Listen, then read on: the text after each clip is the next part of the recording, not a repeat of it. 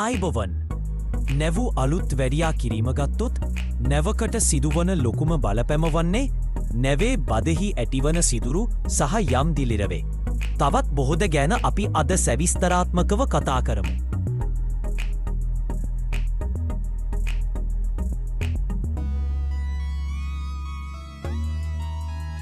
නැවූ අලුත් වැඩියා කිරීම නැවූ වල ඇතිවෙන සිදුරු පිළිසකර කිරීම ඔවුන්ගේ මුහුදු ගමන්වල වැදගත්ම අංගයකි.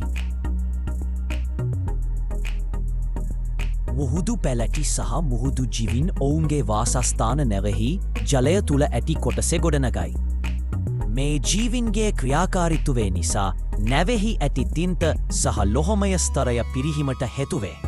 තවද නැවෙහි ඇති බර සහ වේගයටද බලපැම් එල්ලවේ. ඒ ක්‍රියාවලින් ඉන්ධන දහනය වැඩිවන අතර පරිසරයටද අමතර හානියක් සිදුවේ.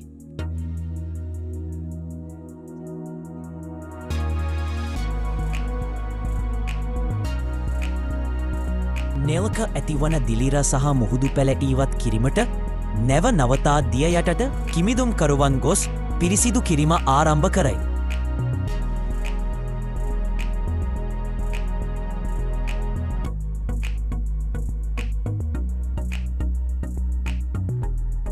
නඩත්තුව අතරතුර ඒවාය විශාල සිදුරු පිරිසිදු කිරීමේ කාලය පැමිණිවීට බොහෝ නැව් මෙවැනි වියලි තටාකවලට දමනු ලැබේ. කෙසේ වුණත් වියලි තටාකයක මේ නැව් පිරිසිදු කිරීම ඉතා ඉහළ වියඩම් ඇති කරයි. මෙම ක්‍රමය මගින් පිරිසිදු කිරීමට ඩොලර් මිලියන 2කට ආසන්න මුදලක් වැයවේ. එම නිසා මේ පාඩුව මග හරවා ගැනීමට නැවූ හිමියන් නැව ජලය තුළම තිබියදී පිරිසිදු කරයි.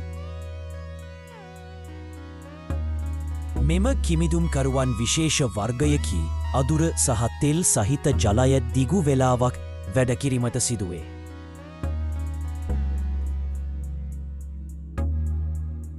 නැව්වල යටට වී මේ කෙමිදුම්කරුවන් රැකියා කරන අතර වඩදියෙන් ජලය වෙනස්වීම් වලදී අනතුරු සිදුවිය හැක.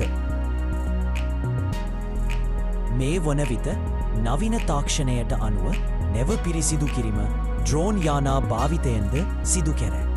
මේ ක්‍රමය භාවිතා කරන විට නැවු ආලපනයට කිසිම හානියක් නොව. ඒ වගේම නැවු තටාකයට සහ නැවු වරායටද හානියකට ලක් නොවේ.